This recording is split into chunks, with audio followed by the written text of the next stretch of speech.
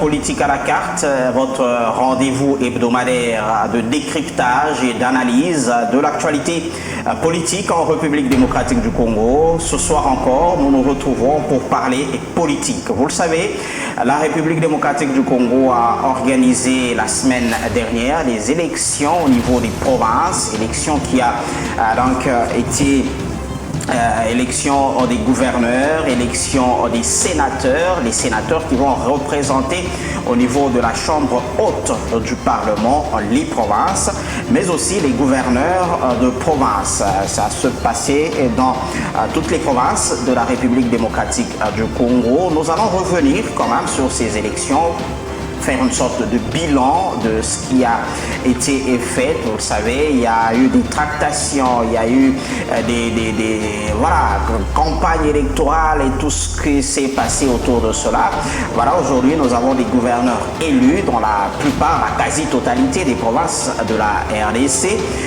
Quel est le bilan? Nous allons quand même revenir sur cela et nous, bien sûr, dans le Haut-Katanga, nous allons en parler. En deuxième partie de mission, vous le savez, le chef de l'État est en mission de travail en Europe, en France, où il a été accueilli, il a rencontré son homologue Emmanuel Macron. Mais il faut dire que parmi les sorties médiatiques que le chef de l'État a eu à faire en France, il s'est notamment confié chez nos confrères de la France, où il a parlé de la nécessité de revoir la Constitution. Voilà, nous allons essayer un peu d'analyser cette question-là. Vous le savez, la question de la Constitution a toujours été sensible en République démocratique du Congo. Quelles sont les vraies intentions de Félix Tshisekedi, qui a son deuxième mandat et théoriquement dernier mandat? Faut-il réviser la Constitution? Est-ce qu'aujourd'hui il y a nécessité de revoir la Constitution de la République démocratique du Congo? Nous allons essayer un peu de comprendre tout cela. Et pour en parler, vous le savez, ici sur ce plateau, je reçois les deux tendances, la majorité ainsi que l'opposition. Je reçois ici à ma gauche Alain Kami, il est au cadre de Alifat et voilà, aux dernières élections, il a été élu conseiller communal. Voilà, bonsoir et bienvenue dans Politique à la carte. Merci, monsieur Narcisse. Bonsoir à vous, bonsoir à mon co-débatteur. Bonsoir aux aimables téléspectateurs de la prestigieuse chaîne Malaika. Je pense qu'il y a belle lurette que nous ne sommes pas venus ici pour des raisons bien élucidées. Mais ce soir, je crois que nous allons offrir au peuple qui va devoir nous suivre un spectacle républicain pour discuter autour des idées par rapport à la politique de notre chère nation, l'unique nation que moi personnellement j'ai au monde.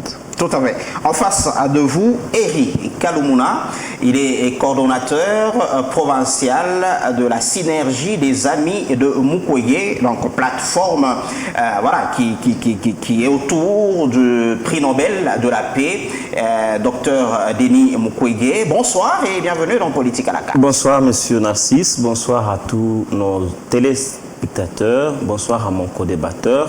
Bonsoir. Nous sommes très contents, très honorés parce que nous sommes sur ce plateau ce soir pour parler de la République avec mon co-débatteur en face.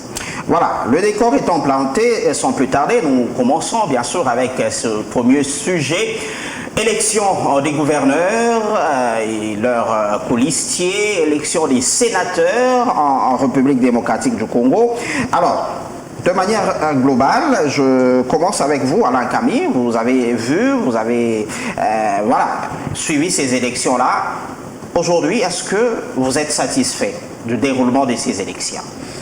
De prime abord, je tiens à féliciter tous les élus d'une manière générale et en particulier, comme nous vivons dans le Haut-Katanga, vous l'avez dit dans votre devancière, je tiens au nom de l'Union sacrée que j'ai l'honneur de porter la voix ce soir, féliciter son Excellence Jacques Kiaboula et son colistier, son Excellence Kazembe Martin.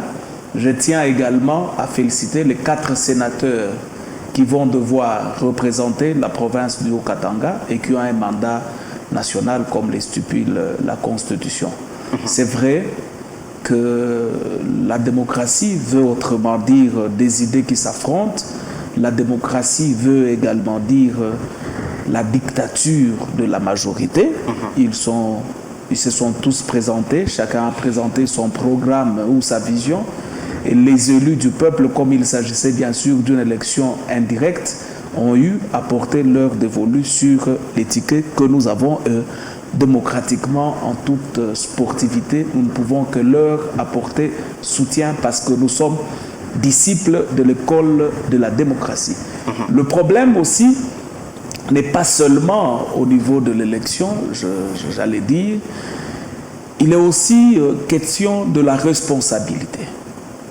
Nous voulons que ces élus, en commençant par le gouverneur, qu'ils sachent que la province jouit d'une libre administration et d'une autonomie financière et que ce peuple a des cris de détresse. Ce peuple veut voir sa province aller de l'avant, ce peuple veut voir sa province être boostée sur le plan du développement et ce peuple veut voir son quotidien être revu d'une bonne manière. Parce qu'en réalité, le peuple doit savoir que toute entité territoriale décentralisée jouit d'une libre administration et d'une autonomie financière. Mais malheureusement, nous avons un peuple à qui on donne une éducation civique, genre si la commune ne s'est pas développée, c'est Tshisekedi. Si la ville ne s'est pas développée, c'est Tshisekedi. Si la province ne s'est pas développée... de Kinshasa, on va revenir. Oui, bien sûr, mais au-delà, le peuple doit être aussi rigoureux, même au niveau de quartier, même au niveau de communes. Savoir que ce sont des entités territoriales décentralisées et les animateurs de ces entités doivent, par dans les détails, redevabilité, faire rapport au peuple et aller dans le sens de placer le peuple au centre de tout intérêt par rapport à ces élections, de manière globale. Merci beaucoup, Monsieur Narcisse. Permettez-moi de présenter d'abord nos sincères condoléances aux familles de Goma, aux familles congolaises, à toute la nation qui est éprouvée à ce moment. Hier, à Goma... avec des bombes larguées voilà, dans les camps des déplacés. Il y a, pendant que nous sommes en train de parler République, il y en a qui sont en deuil, il y en a qui sont en train d'enterrer leurs frères, il y en a qui sont à l'hôpital. Je tiens sincèrement à vous présenter nos condoléances et à vous dire que votre chagrin, votre peine, nous les partageons ensemble. Nous sommes vraiment chagrinés de constater que le peuple congolais, le peuple haut-katangais est encore une fois humilié.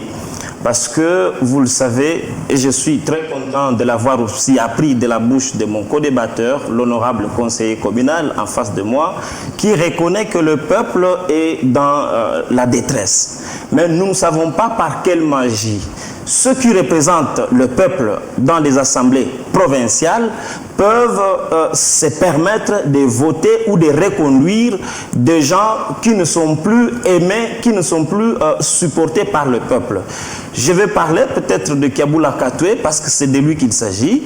Quand vous ouvrez toutes les radios, toutes les chaînes de télévision, en tout cas là où il y a des émissions à téléphone ouvert, vous sentez, quand on parle du bilan de Kiaboula, il est négatif sur toute la ligne ou sur toutes les lignes. Le peuple se plaint et vous aussi, vous l'avez aussi reconnu. Alors, un député qui est élu par le peuple congolais, les souverains primaires, quand il est à l'Assemblée provinciale, ici au Katanga, au bâtiment du 30 juin, comment il va se permettre de reconduire quelqu'un qui a fait 5 ans à la tête de la province et qui n'a pas su, ne fût-ce qu'améliorer le quotidien du Congolais.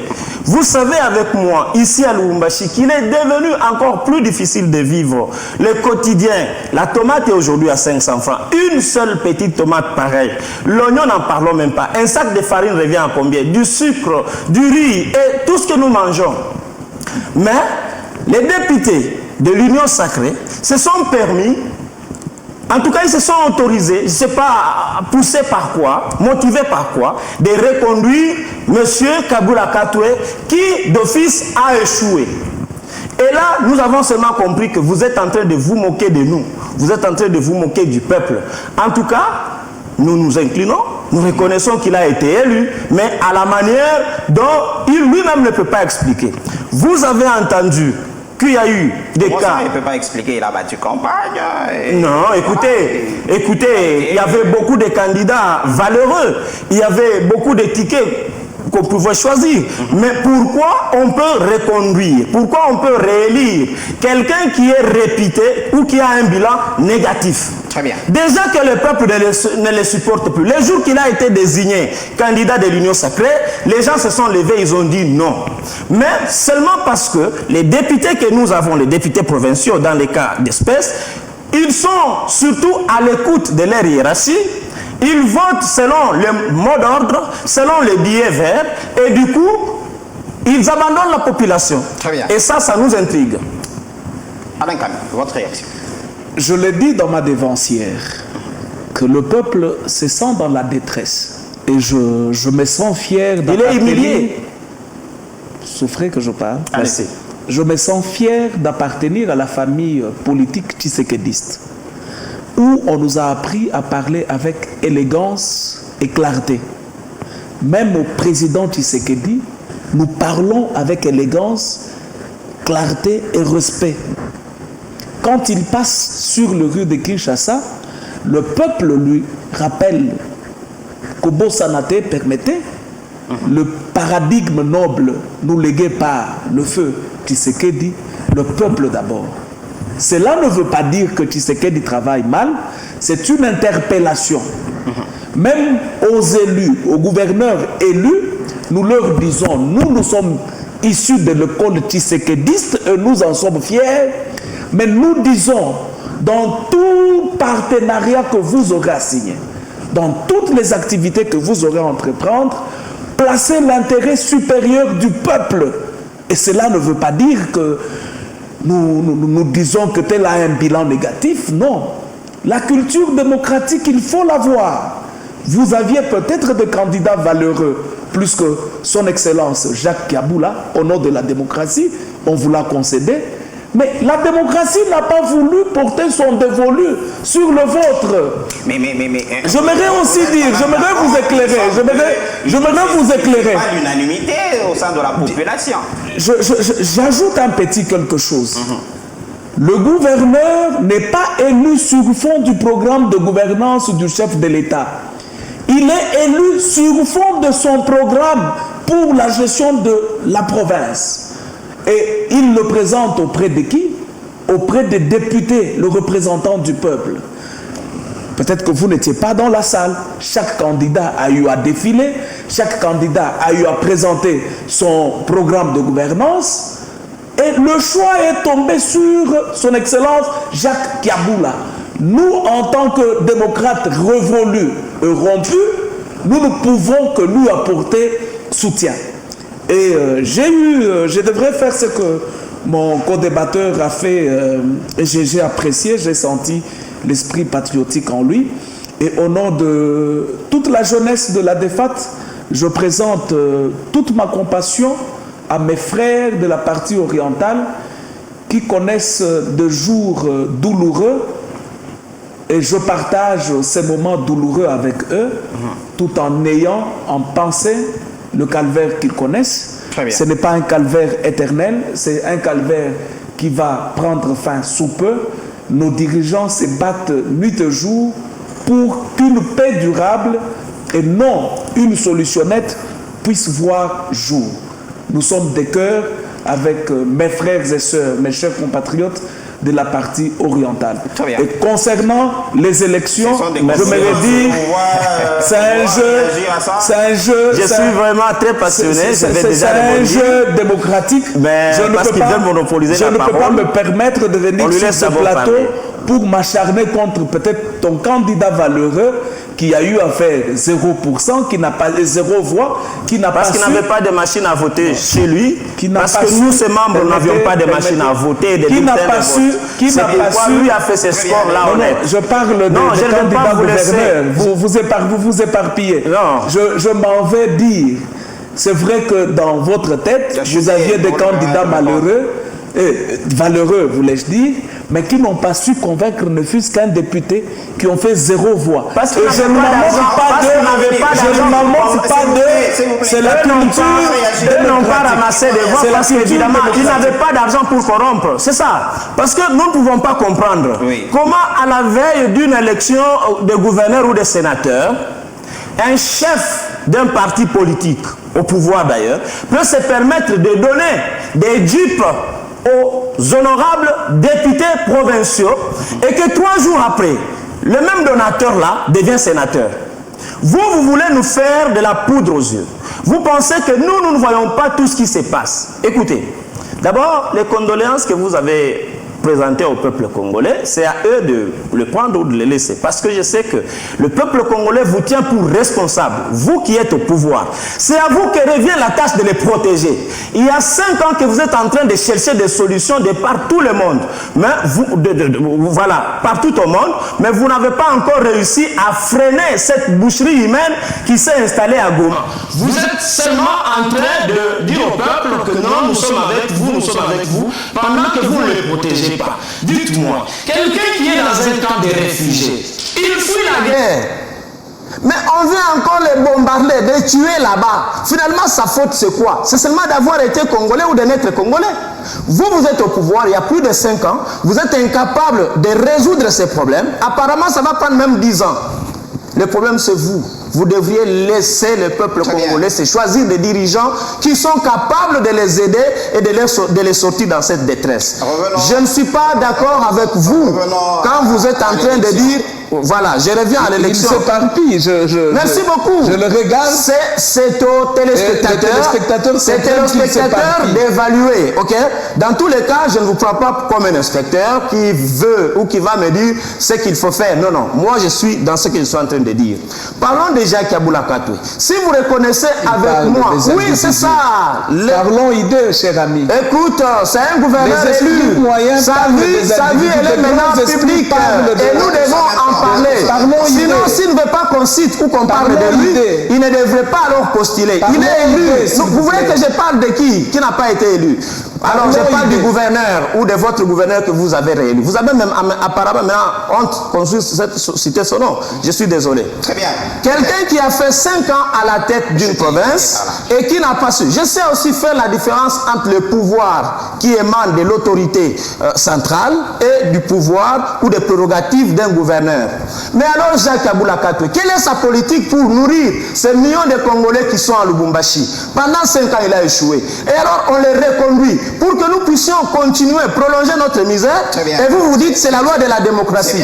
Quand la démocratie n'est pas au service du peuple, il s'agit de quelle démocratie qu'ils sont en train de nous prêcher?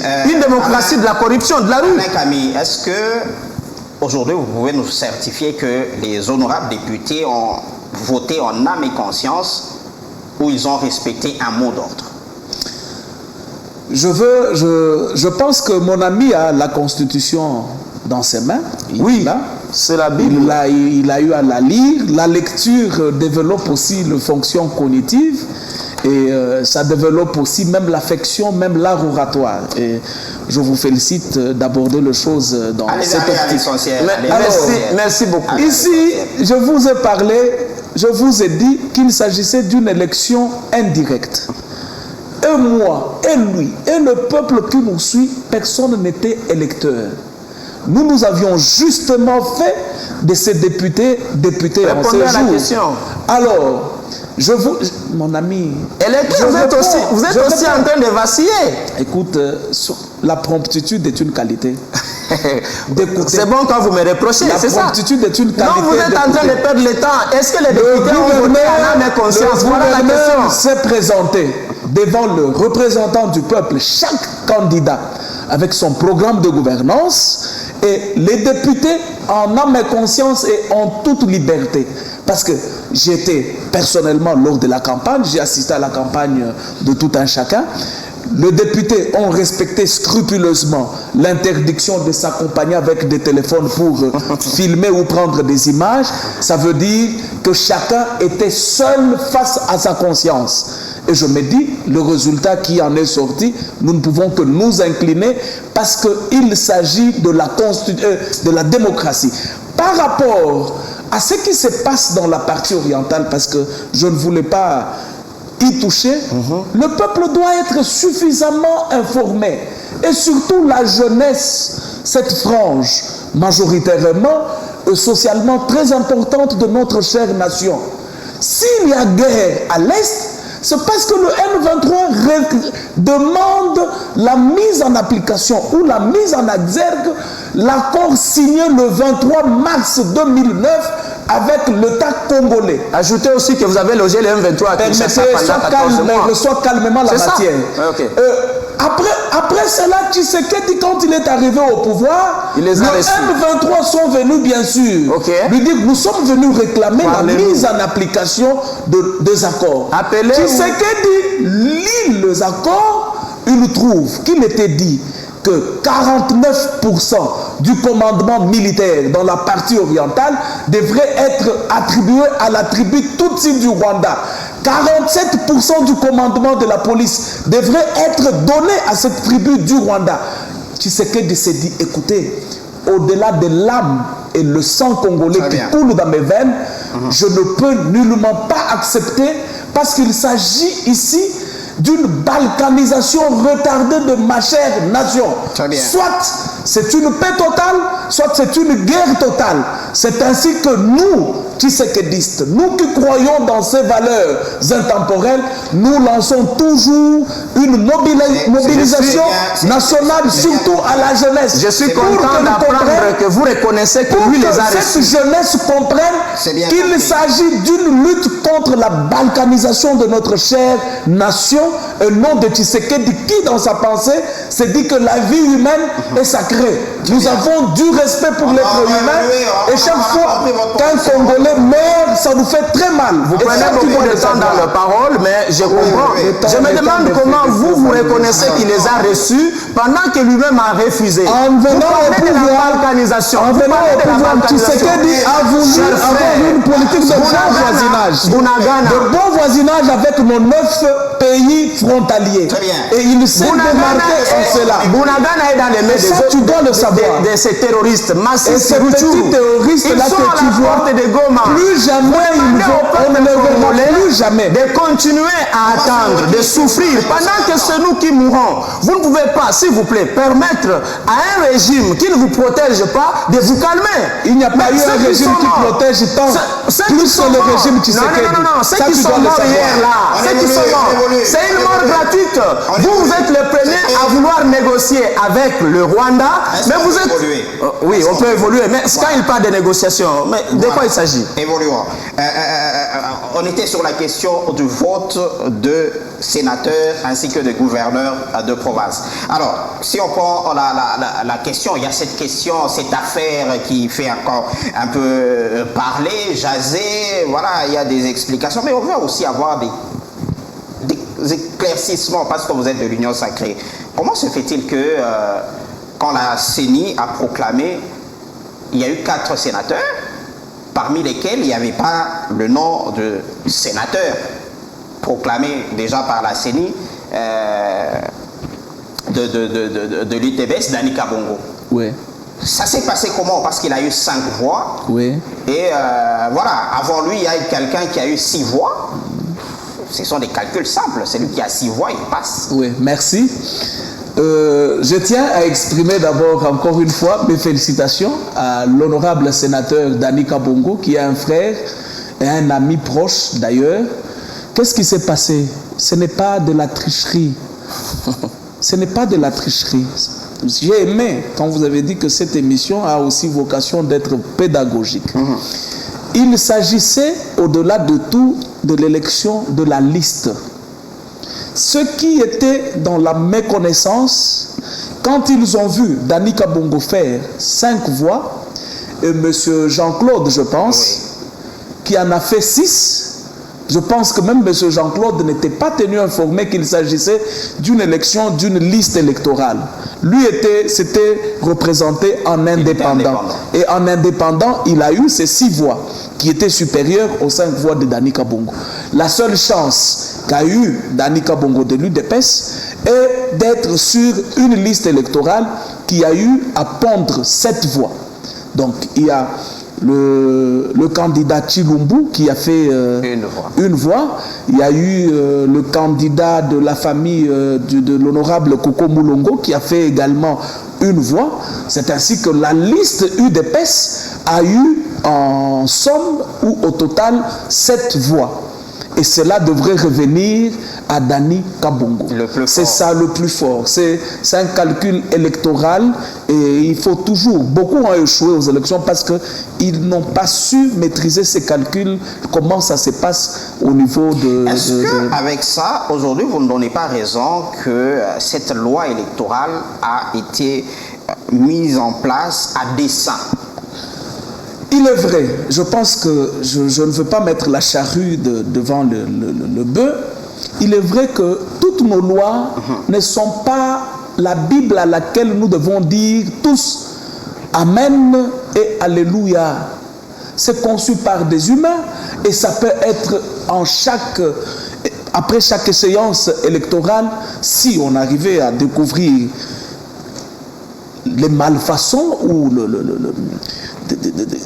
la même mauvaise manière que ce loi nous apporte, on peut passer à une proposition de les changer. Très bien. C'est pour vous dire, nous pouvons consolider les performances de nos lois, mais là où nous trouvons une certaine malfaçon dans leur manière d'agir, on ne peut que le réviser. Merci beaucoup, honorable conseiller. Nous sommes vraiment aussi très choqués de constater qu'au Sénat, il va y avoir des gens qui ont été élus avec moins de voix, pendant qu'il y en a d'autres qui ont eu plus de voix, mais à cause de leur loi électorale, qu'ils ont cousu selon leur taille, est en train de disqualifier certains.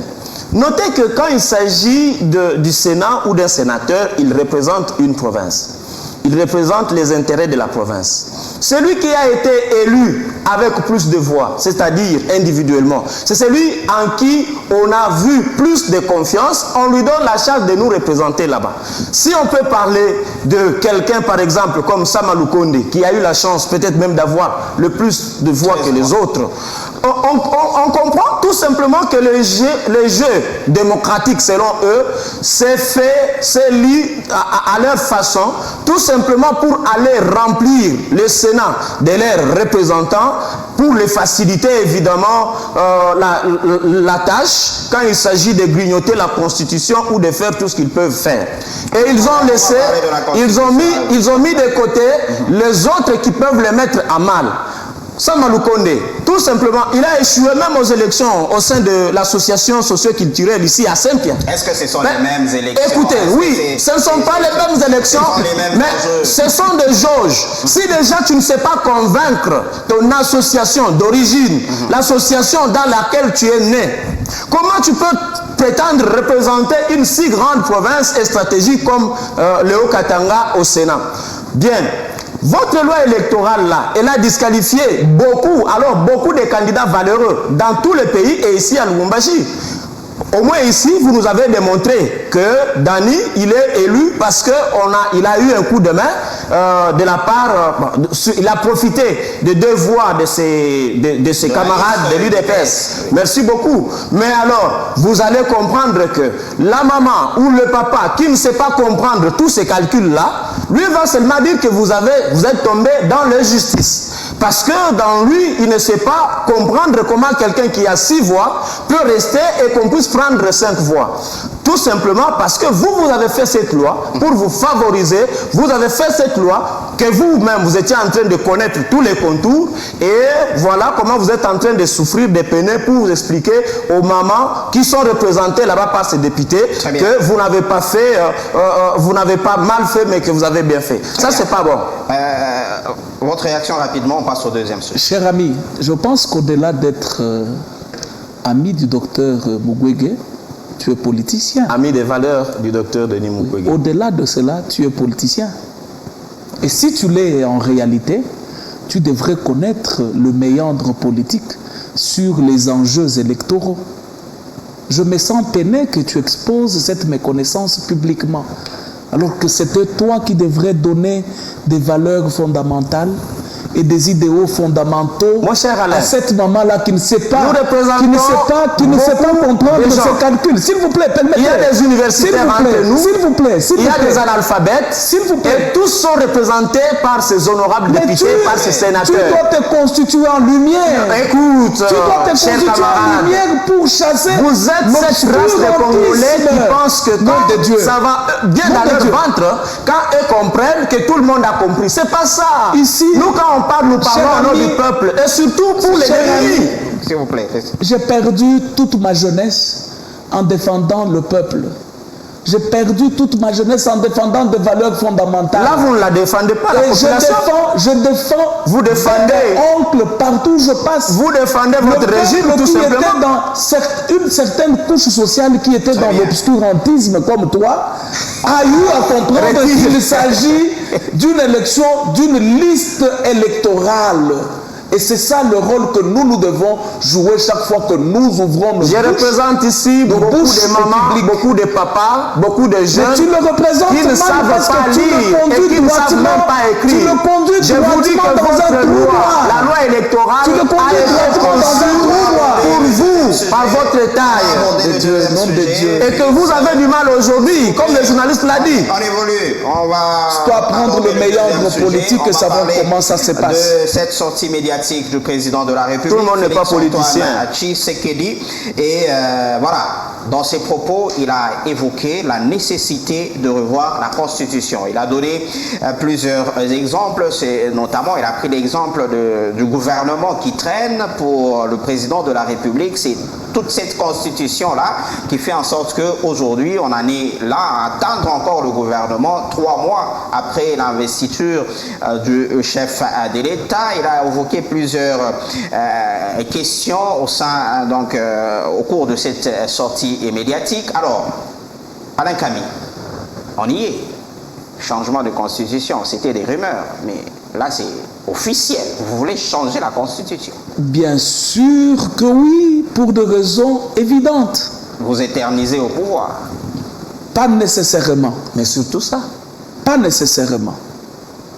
Le pouvoir ne veut pas seulement dire Félix Antoine Tshisekedi au pouvoir. Nous sommes un mouvement politique, nous sommes une famille politique et un parti politique bien structuré a pour objectif la conquête du pouvoir, l'exercice du pouvoir et la conservation le plus longtemps possible de ces dits pouvoirs. C'est pas un sacrilège. C'est pas un sacrilège quant à la conservation du pouvoir. Et je vous rejoins pour aborder les choses dans la même optique que vous, de manière démocratique, bien sûr. Mais il se peut que la Constitution, qui n'est pas une Bible à nos yeux, à laquelle on ne peut ni ajouter ni retrancher, nous démontre en ce jour ses insuffisances. Le chef de l'État est élu le même jour que moi, le 20 décembre. Il a du 20 au 26. Permettez? L'élection était prévue le 20 décembre. Elle s'est passée pendant une semaine, jour et nuit. Il faut le reconnaître. L'honnêteté scientifique, c'est ça. Il faut le reconnaître. Je dis peu importe ce que tu dis. Non, le peuple le sait, c'est pas un secret. Le monde entier le sait déjà. C'est un secret de polichinelle, mon frère. Bien sûr. Pourquoi tu as du mal à reconnaître ce que les petits peuples le savent? Peu importe, c'est du français. Dois-je t'apprendre Ne te cache pas dans le français. Oui, ne te cache pas dans le français, mon cher. Au-delà de cela, le chef de l'État prêtait serment, je crois, le 20 janvier. Et nous sommes en ce jour au mois de mai. Le Premier ministre nommé, nous n'avons pas un gouvernement en place, nous n'avons pas un bureau définitif de l'Assemblée nationale, nous n'avons pas un bureau même provisoire du Sénat, nous avons des gouverneurs élus qui ne sont pas encore notifiés par le chef de l'État. Tout ça parce qu'il est respectueux de textes légaux. Il ne veut pas placer la charrue devant les bœufs. Il y a une périodicité donnée au président de la République. Le chef du gouvernement peut nommer son gouvernement en ce jour, mais il doit présenter son programme de gouvernance au Parlement, à l'Assemblée, avec un bureau définitivement élu. Ce bureau qui n'existe pas en ce jour. Cette lourdeur administrative qui nous fait perdre amplement du temps constitue une entorse dans le développement de notre chère nation. Ça, c'est une raison fondamentale qui tient debout. La deuxième raison, rapidement.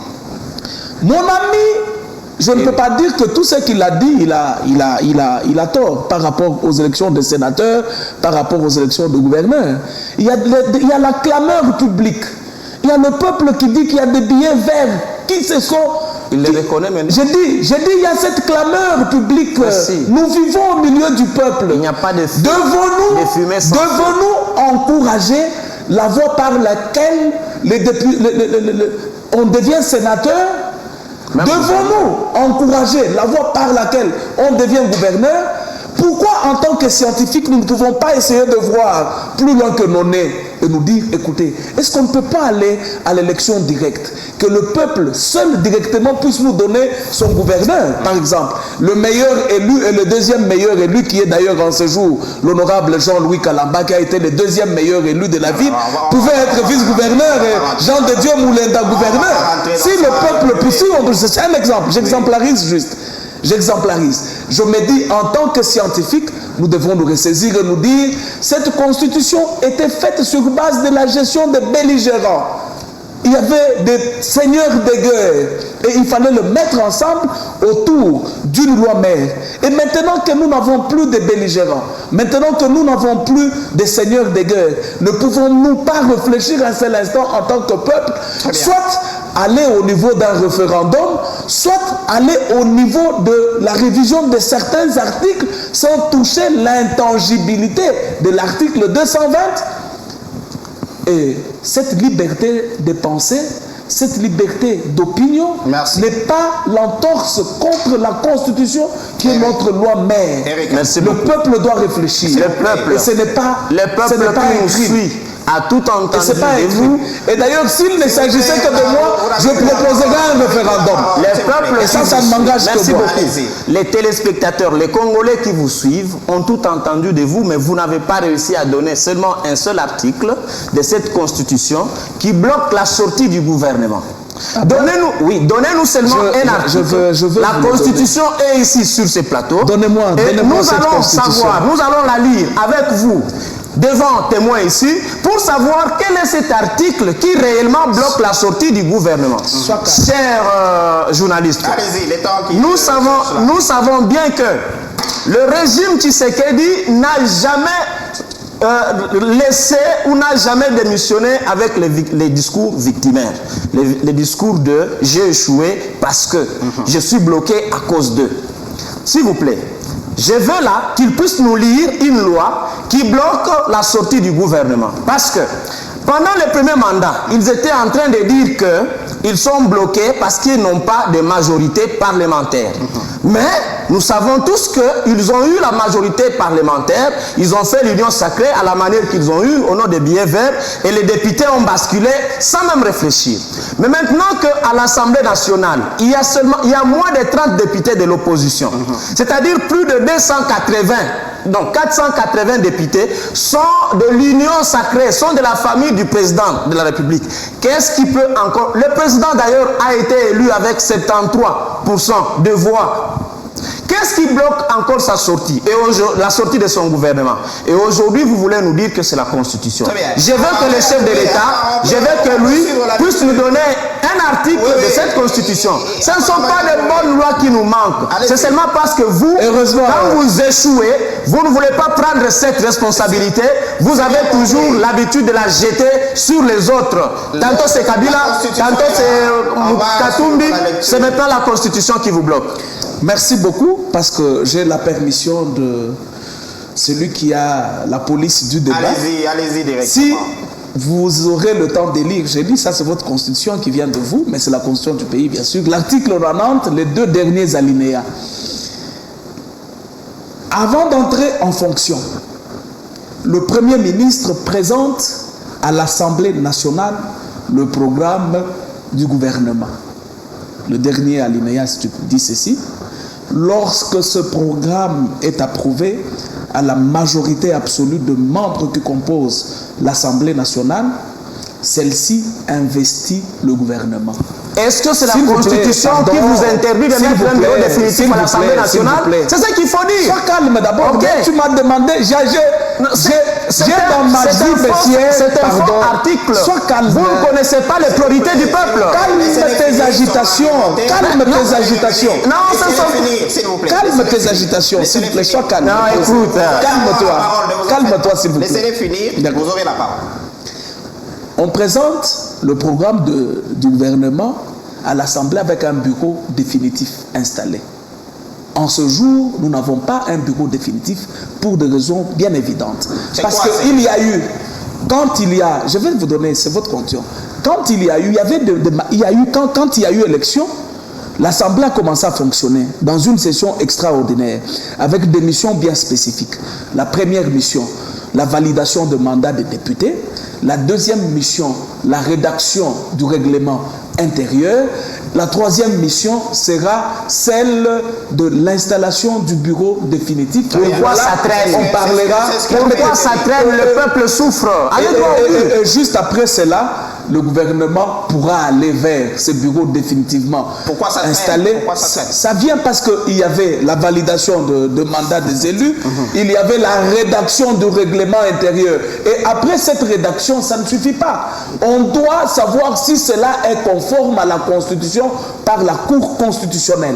Cette lourdeur administrative nous pousse à dire, n'y a-t-il pas moyen de penser autrement? Cher ami, j'ai beaucoup d'articles, je suis tshisekidiste, nous sommes la meilleure école politique et nous faisons c'est une simple arnaque politique, mon cher. À des faits que nous sommes, il ne faut pas nous faire vanter ici les combats des gens qui ont fait 37 ans dans la rue, mais aujourd'hui ils sont incapables d'améliorer, ne fût-ce que le social, d'améliorer la démocratie pour laquelle ils se battent depuis de longues années. Je pense que ta bouche, donnez-moi aussi la Constitution.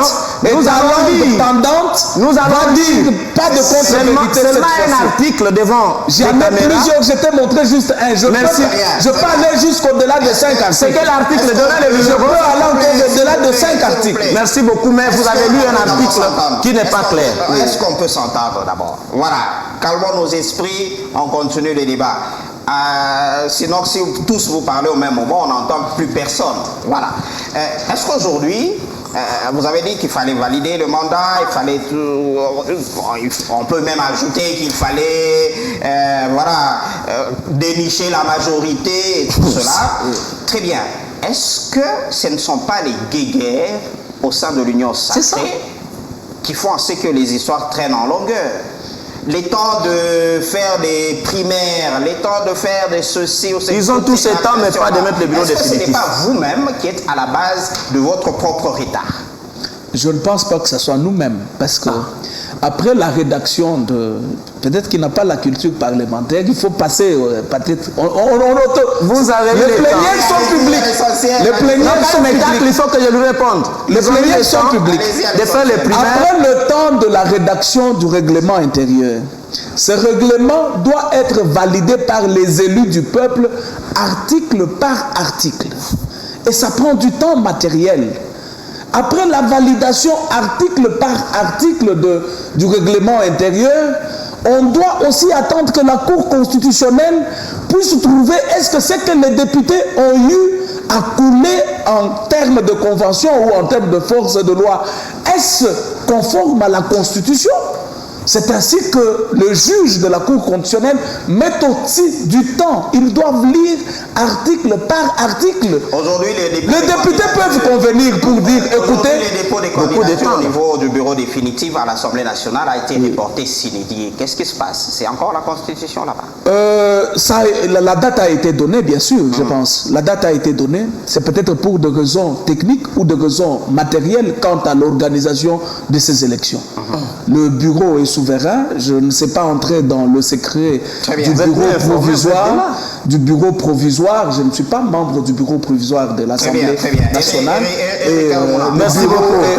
Merci beaucoup. Souverain par rapport à la nation congolaise, la constitution de notre pays, nous ne sommes pas responsables de la crise des ambitions, de la crise qu'il y a au sein de votre grande famille, l'Union Sacrée. Ils ont tout le temps, même de faire des primaires, mais ils n'ont pas le temps d'aller vite pour résoudre les priorités de la population. Vous êtes toujours comme ça. Quand vous échouez, ce n'est pas votre faute, c'est la faute de la Constitution maintenant. Désolé, la population a découvert que votre régime est vraiment incompétent. Cette population qui nous a élus à plus de 70%. Oh là là, avec des machines à voter à la maison, il faut tout le temps te rappeler cela. De quelle population de paroles, celle qui nous a donné plus de 70%. S'il vous plaît, soyez aussi élégant démocratiquement. Il y en a qui se moquent de vous. Vous êtes en train de déranger mon temps de parole. Elle se moque de vous, cette population. Ce régime ne sait pas prendre avec tous les deux mains les priorités de la population. Oh, nom de Dieu. Merci beaucoup. Ils ont tout récemment pris plus de 300 millions de dollars pour organiser quelque chose comme de la francophonie. Mais ils n'ont pas réfléchi comment ils peuvent réduire le prix du sac de farine ici à Lubumbashi et même ailleurs.